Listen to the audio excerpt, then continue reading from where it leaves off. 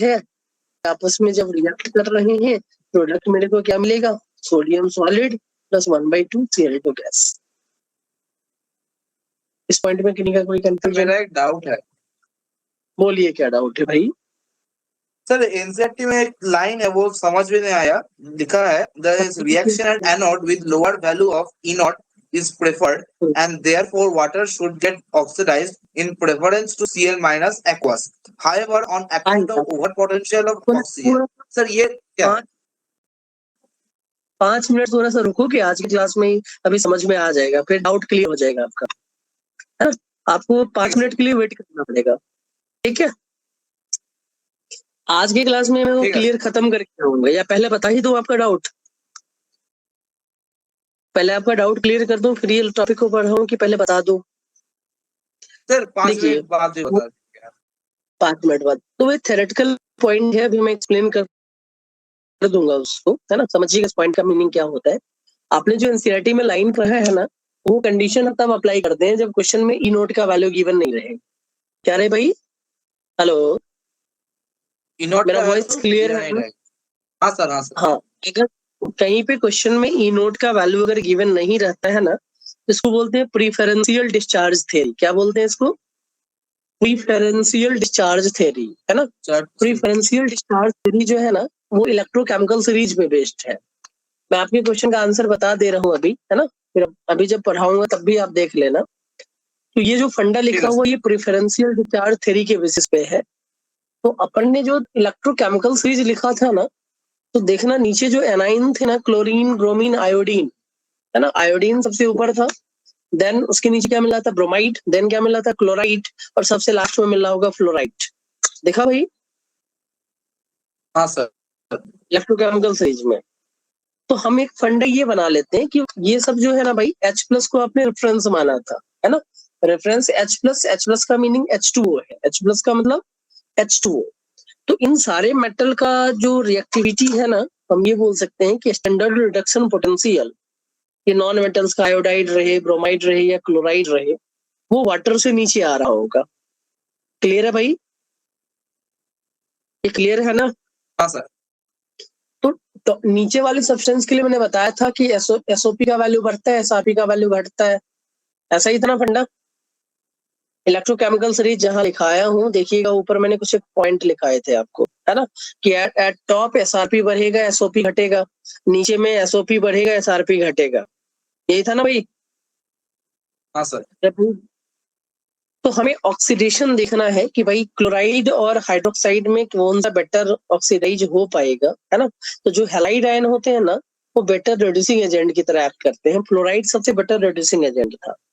तो कहीं पे अगर वाटर के साथ OH- या वाटर से क्या निकल रहा है? एनाइन OH- आयन निकल रहा है। तो OH- के साथ क्लोराइड, ब्रोमाइड या आयोडाइड रहे ना, तो हम इन 3 हैलोजन वाले एटम है, इन्हीं को ऑक्सीडाइज करवाते हैं, है ना?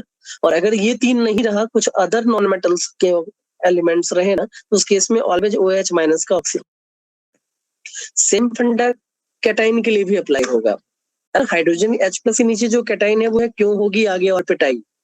Copper, silver, gold, mercury, platinum, है ना? तो अगर कहीं पे ये 5 मेटल दिख गए ना, तो हम इन्हीं का रिडक्शन करवाते हैं, और ये 5 अगर नहीं दिखे तो उस केस में H+ का रिडक्शन होगा। क्लियर है भाई? हाँ सर, समझ गया। अब इसी पॉइंट को मैं आगे भी लिखा दूंगा जब टाइप पे आएंगे ना अपन उस कंडीशन में। सर आप क्या प्रीवियस थर्सडे का नोट सेंड कर देंगे? वो एग्जाम की वजह से वो मिस कर दिया क्लास को। ठीक है भाई, मैं सेंड कर दूंगा। ये जो हमारा बनाना भाई इक्वेशन ये पूरा है, ये है अपना सेल रिएक्शन, फाइनल रिएक्शन कि Na ने Cl के साथ रिएक्ट किया, Na सॉलिड बनाया और हाफ Cl2 बन गया होगा। अब ये कितना अमाउंट डिपॉजिट या लिबरेटेड हो रहा है ना, ये किस पे डिपेंड करेगा? करंट के फ्लो पे, है ना? क्योंकि देखो जितना हम चार्ज यहाँ से सप्लाई कर रहे हैं ना बैटरी के थ्रू, अगर बैटरी को मैं 2 मिनट के लिए यहाँ पे अगर लगा के रखूंगा तो हम क्या बोलेंगे? विदिन 2 मिनट्स जितने भी चार्ज का फ्लो हुआ ना, उसी के रीजन से Na+ और Cl- का डिपोजिशन हुआ होगा, है ना? अगर 10 मिनट्स लगा दे तो हम क्या बोलेंगे? भाई थोड़ा ज्यादा डिपॉजिट हुआ होगा। 20 मिनट्स लगाएंगे तो डिपोजिशन कुछ और ज्यादा हो गया होगा। तो हम इलेक्ट्रोलाइटिक सेल में ना डिपोजिशन के अमाउंट को कैलकुलेट करने के लिए एक लॉ पढ़ते हैं अपन, उस लॉ को बोलते हैं फैराडेज लॉ ऑफ इलेक्ट्रोलाइसिस, है ना? तो पहले मैं थोड़े से न्यूमेरिकल अप्रोच पे चलते हैं।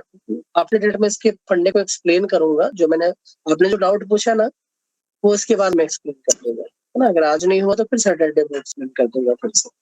Faraday's law of electrolysis. Faraday's law of electrolysis ना सिंपल ही बताएगा कि कितने अमाउंट का डिपोजिशन या लिबरेशन हो रहा है ना। इस फंडे को हम यहाँ पे फैराडेज लॉ के अकॉर्डिंग टू कैलकुलेट करते हैं। तो दो लॉ पढ़ने हैं अपने को, first law and second law. तो मैं पहले फर्स्ट लॉ डिस्कस कर रहा हूँ आप लोगों से। फर्स्ट लॉ ऑफ इलेक्ट्रोलाइसिस क्या होता है। इसका लैंग्वेज है amount of substance deposited, amount of substance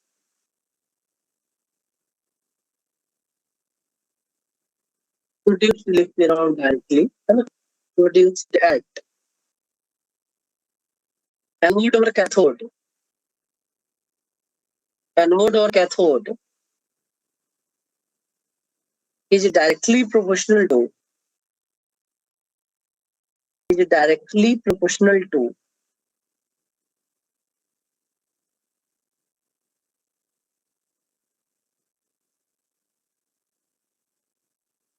charge passed, है ना। तो अमाउंट को मैं वेट से रिप्रेजेंट कर देता हूँ, वेट। और अपन ने फंडा लिखा चार्ज के डायरेक्टली प्रोपोर्शनल है, चार्ज को मैं क्यू से डिनोट कर देता हूँ। अब जब भी हम इस प्रोपोर्शनलिटी साइन को हटाएंगे कांस्टेंट आएगा, है ना। हम इलेक्ट्रोकेमिस्ट्री पढ़ रहे हैं, इस कांस्टेंट का नाम भी इसी टर्म के रेफरेंस में देना पड़ेगा। इस जेड को बोलते हैं अपन electrochemical equivalent, electrochemical equivalent.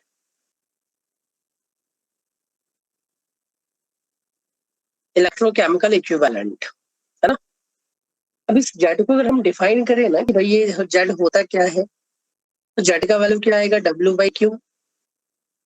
Q charge था, क्यू को मैं ऐसा लिख दूं आई इंटू टी, है ना। तो इस फंडे के बेसिस पे हम इसको डिफाइन करते हैं। इट इज डिफाइंड एज, ठीक है, इट इज डिफाइंड एज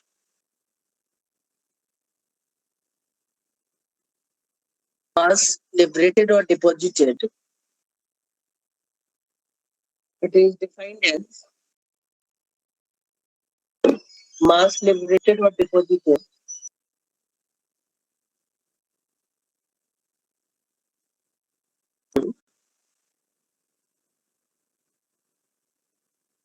अभी नहीं, अभी नहीं।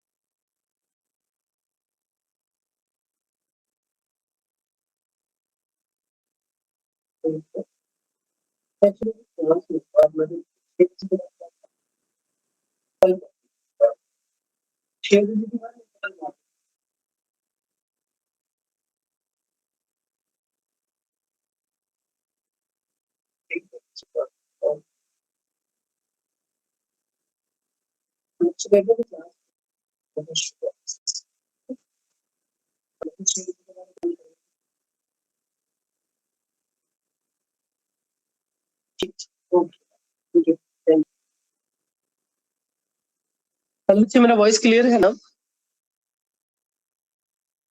ऑनलाइन बच्चे मेरा क्लियर है। ओके। तो ये फंडा है, जेड को हम कैसे डिफाइन करेंगे।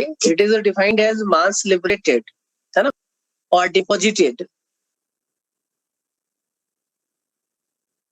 मास लिबरेटेड और deposited when 1 ampere current, when 1 ampere current is passed for 1 second। तो जो डिनोमिनेटर में था ना भाई, हमने इस डिनोमिनेटर के टर्म को 1 कंसीडर कर लिया, है ना। तो जेड का वैल्यू किसके इक्वल हो जाएगा, डब्ल्यू के इक्वल हो जाएगा। तो हमने इसी के अकॉर्डिंग टू इसको डिफाइन किया है ना, कि जेड कैसे डिफाइन होता है, मास लिबरेटेड और deposited when 1 ampere current is passed for 1 second. कोई कंफ्यूजन है यहाँ पे? इसमें कोई कंफ्यूजन है आप लोगों को? है सर। अब ये जो जेड का वैल्यू कैसे कैलकुलेट करना वही मेन है अपने लिए, है ना, क्योंकि फैराडेज लॉ ऑफ इलेक्ट्रोलाइसिस जो है ना वो सब कुछ जेड के वैल्यू पे ही डिपेंड करेगा। बहुत आसान सा सेगमेंट है ना। मैं नेक्स्ट पेज पे मूव करता हूँ, इसको एक्सप्लेन करता हूँ भाई, समझिएगा। जब भी अपन कहीं पे करंट की बात करेंगे ना तो 1 मोल ऑफ इलेक्ट्रॉन का ट्रांसफर होता है ना, उससे कम तो इलेक्ट्रॉन होंगे नहीं। हम मोल के टर्म्स में केमिस्ट्री में बात करते हैं ऑलवेज। तो अगर मैं कहीं पे 1 मोल ऑफ इलेक्ट्रॉन लिखूं ना तो इलेक्ट्रॉन पे चार्ज क्या दिख रहा होगा भाई, 1 यूनिट का। और इक्विवेलेंट जो था ना वो मोल इनटू एन फैक्टर होता था। तो इलेक्ट्रॉन का एन फैक्टर क्या है, 1 है। तो 1 मोल इलेक्ट्रॉन को मैं ऐसा भी लिख सकता हूँ 1 इक्विवेलेंट ऑफ इलेक्ट्रॉन। कोई कंफ्यूजन है यहाँ पे? इस पॉइंट में कोई कंफ्यूजन कि 1 मोल नहीं, of sir. Electron is written as 1 equivalent electron, है ना, क्योंकि इसका एन फैक्टर 1 था। अब 1 मोल इलेक्ट्रॉन का चार्ज होता था 96500 कोलम। तो 1 इक्विवेलेंट इलेक्ट्रॉन का भी चार्ज क्या होगा, 96500 कोलम ना। इसको बोल सकता हूँ 1 फैराडे, या फिर मैं इसको बोल देता हूँ 1 इक्विवेलेंट चार्ज। तो बोलेंगे भाई 1 इक्विवेलेंट चार्ज, है ना। 1 इक्विवेलेंट इलेक्ट्रॉन के रेफरेंस में जो भी चार्ज का फ्लो हो रहा है हम उसको 1 इक्विवेलेंट चार्ज से रिप्रेजेंट करते हैं। कोई कंफ्यूजन है क्या? हेलो? नहीं, सर। देखिए, अब अगर यहाँ पे नंबर ऑफ इक्विवेलेंट अगर निकालना रहे ना, कहीं पे अगर मेरे को किसी भी क्वेश्चन में नंबर ऑफ इलेक्ट्रॉन अगर निकालना रहे, तो जैसे मोल में अपन करते थे ना भाई कि किसी भी डेटा को अगर हम किसी पर्टिकुलर वैल्यू से डिवाइड थे तो नंबर ऑफ मोल मिलता था। अब 1 इक्विवेलेंट चार्ज का वैल्यू है 1 फैराडे, है ना। तो कहीं पे अगर मान लो कि आपने 2 फैराडे चार्ज पास कर दिया क्यू, है ना, तो इसका अगर मेरे को इक्विवेलेंट निकालना है तो हम क्या लिखेंगे भाई, क्यू बाई 96500 कोलम। कोई कंफ्यूजन? या क्यू बाई फैराडे बोल दूंगा, मैं क्या बोल दूंगा, क्यू बाई फैराडे। क्यू का वैल्यू 2 फैराडे है तो हम बोलेंगे 2 इक्विवेलेंट है। क्यू का वैल्यू अगर 3 फैराडे मिला तो हम बोलेंगे 3 इक्विवेलेंट पास हो रहा है। क्यू का वैल्यू अगर 4 फैराडे गिवन है तो हम बोलेंगे भाई 4 फैराडे पास हो रहा है। कोई कंफ्यूजन है क्या? नहीं, नहीं, यहाँ सर। पे कोई कंफ्यूजन नहीं। क्यू को आप क्या लिख सकते हैं, आई इंटू टी, है ना, करंट पास इंटू टाइम, है ना। तो आई टी बाई 96500। तो फर्स्ट लॉ इलेक्ट्रोलाइसिस में ना हमें जस्ट ये देखना है कि इक्विवेलेंट ऑफ चार्ज पास्ड क्या होता है। जब भी अगर जितने भी इक्विवेलेंट ऑफ चार्ज आपने पास कराया है ना, डेफिनेशन अपने यही लिखा है लैंग्वेज में। फर्स्ट लॉ का statement, equivalent of charge passed is equals to equivalent of substance deposited oblique liberated है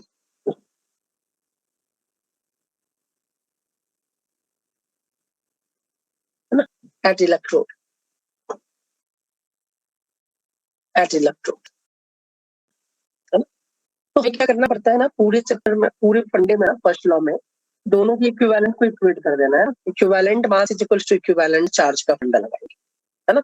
अब लॉजिक समझिएगा कि इसी वैल्यू को मैंने क्या बोला भाई, 1 फैराडे। 1 फैराडे का मतलब है 1 इक्विवेलेंट ऑफ इलेक्ट्रॉन। इसका मतलब है भाई 1 मोल ऑफ इलेक्ट्रॉन। और 1 मोल ऑफ इलेक्ट्रॉन से हम क्या बोलेंगे, 1 equivalent of any substance deposit या लिबरेटेड होता है। तो हम एक स्टेटमेंट यहाँ पे लिख देते हैं, ये मेन स्टेटमेंट है। जितने भी न्यूमेरिकल आएंगे ना उस न्यूमेरिकल में हम यही यूज करते हैं कि 1 Faraday of charge. Numerical upon next class में सॉल्व करेंगे। मैं 2 मिनट के बाद क्लास को एंड कर दूंगा, 5 मिनट पहले छोड़ दूंगा। 1 Faraday of charge is always liberated or deposited, liberated or deposited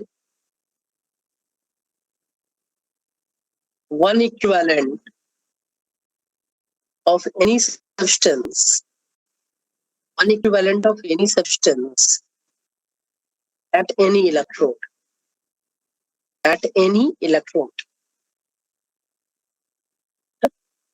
अब देखिएगा इसका एक लॉजिक समझते हैं अपन, इसका मीनिंग क्या होगा। अब जेड आपने किसको डिफाइन किया था, जेड का मीनिंग ये था कि Z is defined as mass liberated और deposited when 1 ampere of current is pass through, है ना। तो हम क्या करते हैं ना, इक्विवेलेंट मास को रिलेट कर देते हैं चार्ज से, है ना। इक्विवेलेंट मास को किससे रिलेट कर देना है, चार्ज से। सपोज अगर मान लीजिए कहीं पे ई इक्विवेलेंट मास मेरे को मिला है किसी भी पर्टिकुलर एलिमेंट का, जब आपने यहाँ पे 96500 कूलम पास कराया, उस वाले फैराडे पास कराया होगा, तो जेट का वैल्यू क्या हो जाएगा? जेट का वैल्यू मैं यहाँ से क्या लिख सकता हूँ? ई बाई 96500। ई रिप्रेजेंट कर रहा है इक्विवेलेंट मास को। ई किसको रिप्रेजेंट कर रहा है भाई? किसी भी एलिमेंट के इक्विवेलेंट मास को। यह है इक्विवेलेंट मास, है ना? तो जेट का वैल्यू क्या हो जाएगा? ई बाई 96500।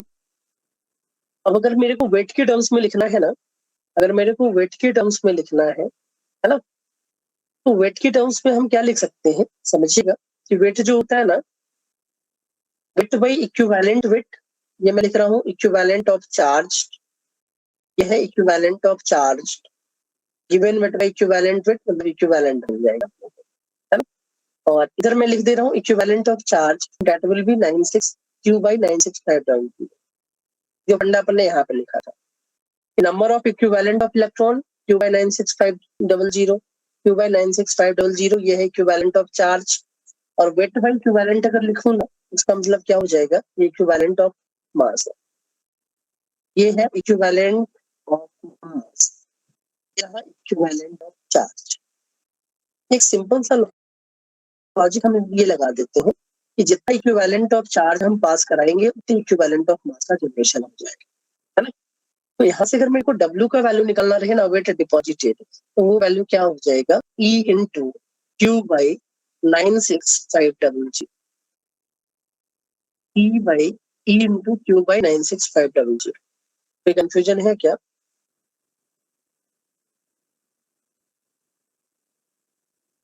नहीं सर।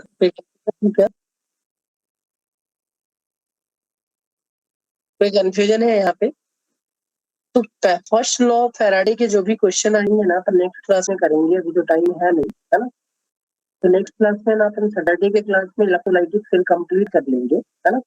ऑलमोस्ट हो जाएगा। पहले अपन न्यूमेरिकल पे फोकस करेंगे, first law, second law, then फिर बहुत सारे कंडीशन है तो कंप्लीट करके हम बैटरी करने वाले हैं, है ना? और पहले मैं बैटरी का एक पार्ट बता दूंगा, वो थ्योरेटिकल अप्रोच है। And after that last part जो था ना इस चैप्टर का, कंडक्टेंस की बात करेंगे, उसमें बहुत सारे कंसेप्ट आएंगे। तो सैटरडे संडे को ना ऑलमोस्ट एज्यूम करके चलिए कि ये चैप्टर ऑलमोस्ट खत्म हो जाएगा, है ना? थर्सडे को हमारा ये कंप्लीट खत्म हो जाएगा विद पीवाईक्यू प्रॉब्लम्स, है ना? बहुत सारे पीवाईक्यू के प्रॉब्लम्स भी कर लेंगे अपन। तो नेक्स्ट चैप्टर जो अपना स्टार्ट होगा वो पहले मैं सॉल्यूशन दूंगा, ठीक है भाई? या पहले सरफेस केमिस्ट्री पढ़ने आप लोग को? सरफेस केमिस्ट्री या solution? Solution. Solution. Okay, solution कर लेंगे। चलिए मिलते हैं फिर नेक्स्ट क्लास। Bye bye.